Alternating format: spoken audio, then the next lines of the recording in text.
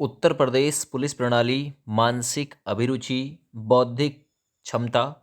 तो ये जो पुलिस प्रणाली है, यहाँ से आपके एग्ज़ाम में यूपीएसआई का हो, कांस्टेबल का हो, जेल वार्डन का हो, पीएससी का हो, तो इसमें आपको क्वेश्चन यहाँ से देखने के लिए मिलने ही वाले हैं। ठीक है ना, कोई सूरत नहीं कि यहाँ से आपको क्वेश्चन देखने के लिए ना मिले। इस प्रकार से हम इस पुलिस प्रणाली पे, मानसिक अभिरुचि पे बहुत बेहतरीन तरीके से काम कर रहे हैं, जिसमें हम आप लोगों के लिए 20 से 25 क्वेश्चन डेली वेज प्रोवाइड करा रहे हैं।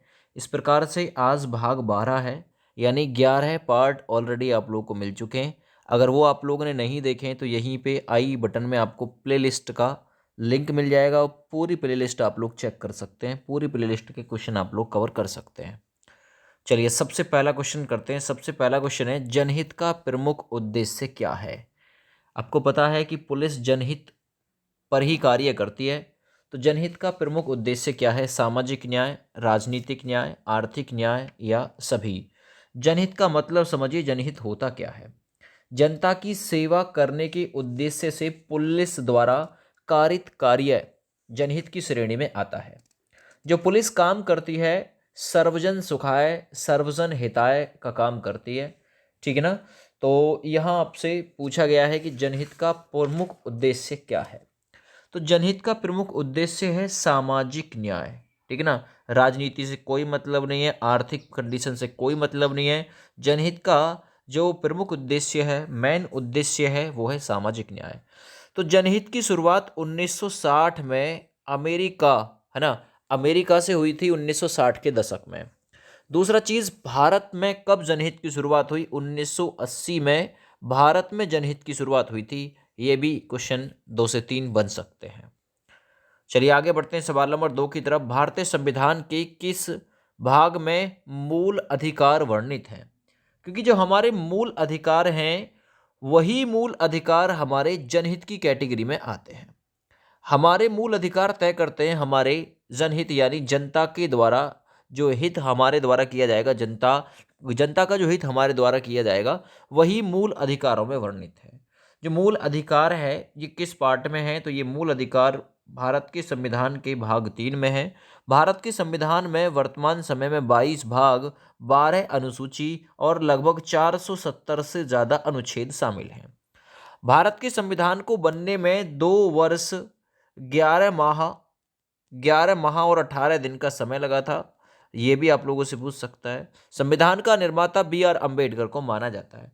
तो भारत के संविधान के किस भाग में मूल अधिकार है। भाग 3 में। अगर मैं आर्टिकल की बात करूं तो आर्टिकल 12 से 35 में, है ना, मूल अधिकार दिए हुए हैं। जो मूल अधिकार है ये कहाँ से लिए गए हैं, ये यूएसए यानी यूनाइटेड स्टेट ऑफ अमेरिका से लिए गए हैं। ये भी थोड़ा सा आप लोग इसमें जोड़ सकते हैं। तो आगे बढ़ते अगले सवाल नंबर 3 की तरफ। अकाल के समय ऐसी स्थिति जब भोजन इत्यादि के लाले पड़े हैं, आपके सामने ना कुछ खाने के लिए है ना ही कुछ पीने के लिए है, तो अकाल के समय पुलिस अधिकारी को मार्गदर्शन के लिए कौन सा पैरा पुलिस रेगुलेशन लागू करना होता है। कौन सा दिशा निर्देश दिया जाता है। यानी para 326 police regulation, para 327 police regulation या पैरा 328 पुलिस रेगुलेशन, या इनमें से कोई नहीं। तो अकाल के समय पुलिस अधिकारी को मार्गदर्शन के लिए पैरा 328 पुलिस रेगुलेशन सिखाया पढ़ाया जाता है। ठीक है ना, लागू कराया जाता है। तो विकल्प यहाँ सी बिल्कुल राइट है। चलिए सवाल नंबर 4 की तरफ बढ़ते हैं। आप पुलिस में हैं और आपके सामने एक दुर्घटना हो जाती है। आप पुलिस में हैं, आपने वर्दी पहन रखी है या ना पहन रखी है, लेकिन आपके सामने कोई घटना हो जाती है, तो सबसे पहले आप क्या करोगे। रोकोगे और उस व्यक्ति को अस्पताल पहुंचाएंगे एवं कानूनी कार्रवाई करोगे। दूसरा, रुकेंगे, केवल कानूनी कार्रवाई करेंगे, व्यक्ति को धमकाएंगे, या फिर इनमें से कोई नहीं। तो यदि आप पुलिस में हैं और आपके सामने कोई दुर्घटना हुई है, तो आप रुकेंगे, व्यक्ति को अस्पताल पहुंचाएंगे और कानूनी कार्रवाई जो वाजिब होगी वो भी की जाएगी। तो ए विकल्प आपका बिल्कुल इसमें राइट हो गया था।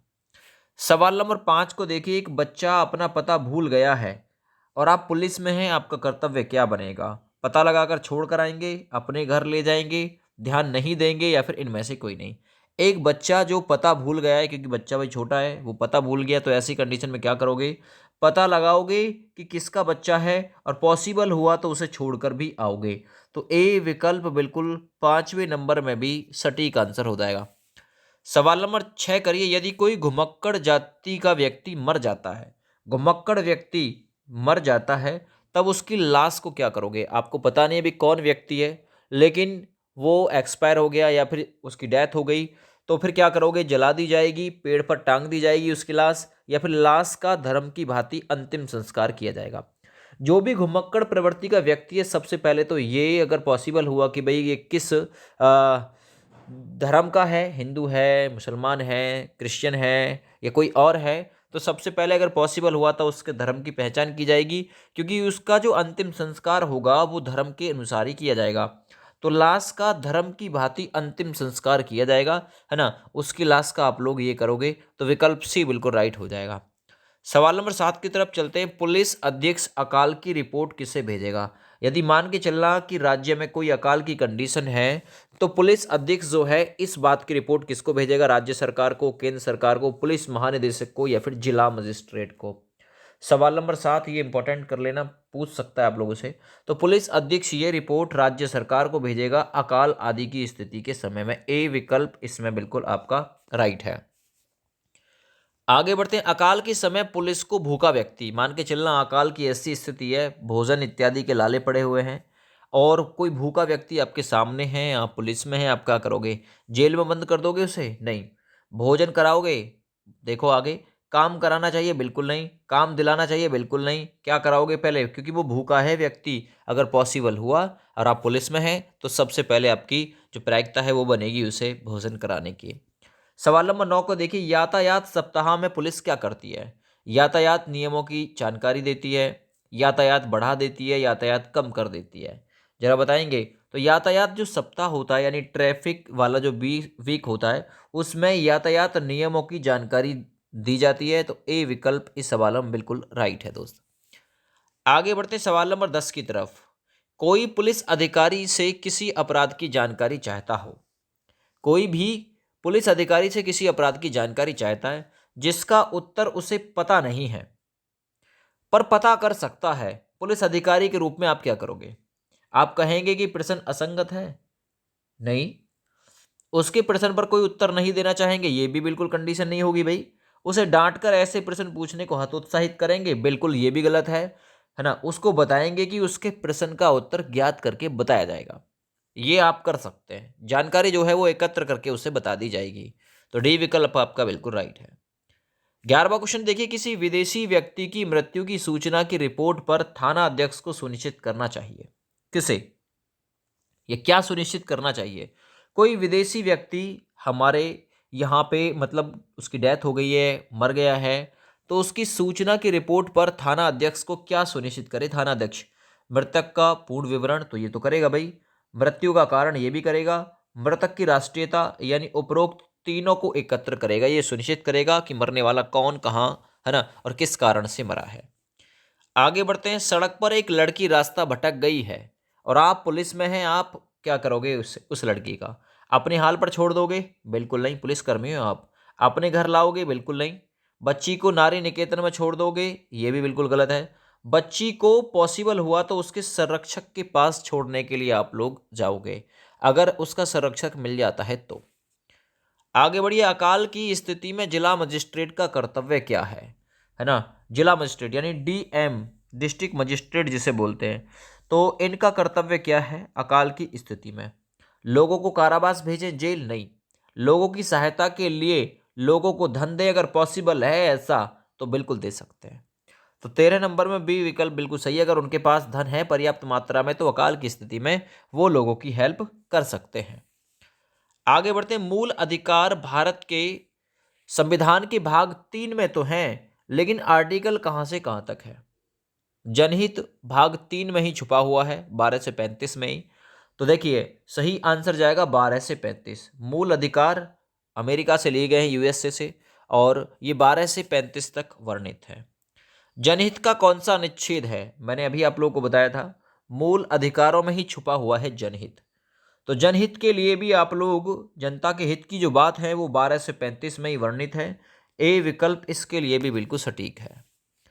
अगला सवाल करते हैं, किसी परिवारवादी के साथ पुलिस का व्यवहार क्या होगा? या किसी परिवादी के साथ पुलिस का व्यवहार क्या होगा? भद्दा, सहयोगात्मक, रुष्ट या डरावना। तो याद रखना, किसी परिवादी के साथ जो पुलिस का व्यवहार होगा वो होगा सहयोगात्मक, बिल्कुल, है ना, सहयोग करने वाला। पुलिस का कौन सा स्वरूप सबसे खराब होता है? पुलिस जब रिश्वत खोरी करती है तो यही स्वरूप सबसे खराब है। समय का दुरुपयोग, पैसा खर्च करना, अपने लिए लोगों को तंग करना। बताओ कौन सा इसमें से सबसे खराब रूप हो सकता है? तो वो हो सकता है अपने लिए लोगों को तंग करना। बहुत सारे ऐसे होते हैं पुलिसकर्मी, बैनर लगा दिया है ना, जेब बनाना स्टार्ट कर दिया, उससे ट्रैफिक जो है वो जाम हुआ है, लोगों को परेशानी दिक्कत हुई। तो अपने लिए लोगों को परेशान तंग करना, ये पुलिस का सबसे खराब स्वरूप होता है। आगे, जनहित के वाद विवाद कहाँ पर पेश किए जाते हैं? इंपॉर्टेंट क्वेश्चन हो गया। उच्चतम न्यायालय यानी एसपी या एससी, सुप्रीम कोर्ट, सिविल न्यायालय बोल सकते हैं, दंडिक न्यायालय, ये कहाँ पर पेश किया जाता है? जरा बताएंगे। सवाल नंबर 18। तो जनहित वाद ये कहाँ पर पेश किए जाते हैं? उच्चतम न्यायालय में भी, जिला सत्र न्यायालय में पेश कर देते हैं और उच्च न्यायालय में भी पेश कर देते हैं। याद रखना, कोई भी व्यक्ति जनहित के संबंध में जो वाद है वो पेश कर सकता है। जनहित का मतलब होता है जनता के द्वारा या जनता के लिए किया गया हित। पीआईएल की फुल फॉर्म क्या है? क्योंकि पीआईएल ही बोलते हैं जनहित को। जरा बताइए। Public interest litigation, police interest litigation, politics interest litigation या पॉपुलर इंटरेस्ट लिटिगेशन। तो पीआईएल की फुल फॉर्म जो है वो है पब्लिक इंटरेस्ट लिटिगेशन। तो ए विकल्प बिल्कुल इस सवाल में करेक्ट है। आगे बढ़ते, जनहित की अवधारणा किस देश में विकसित हुई थी? इंपॉर्टेंट क्वेश्चन है, ये भी आपका स्टार मार्क कर लेना। सवाल नंबर 20 को। तो जनहित की जो अवधारणा विकसित हुई थी दोस्त, वो अमेरिका में विकसित हुई थी, यूएसए में। बी विकल्प बिल्कुल इस सवाल में राइट है। सवाल नंबर 21 देखिए, भारत में जनहित की शुरुआत कब हुई थी? एक और क्वेश्चन इंपॉर्टेंट कर लेना इसे। भारत में देखिए, मैंने आपको बताया था 1960 में, अमेरिका में 1960 के दशक में शुरुआत हुई थी जनहित की। दूसरा, अगर भारत की बात करें तो भारत में जनहित की शुरुआत 1980 यानी कि 1980 में हुई थी। ये इंपॉर्टेंट है। आगे बढ़िए, अमेरिका में जनहित की शुरुआत कब हुई थी? अभी बता के निपटाऊं, 1960 के दशक में हुई थी। 1960 1960 के दशक में हुई थी, याद रखो। आगे, जनहित का अर्थ क्या है? समाज का हित, परिवार का हित, अपना हित या जनता का हित? जनहित।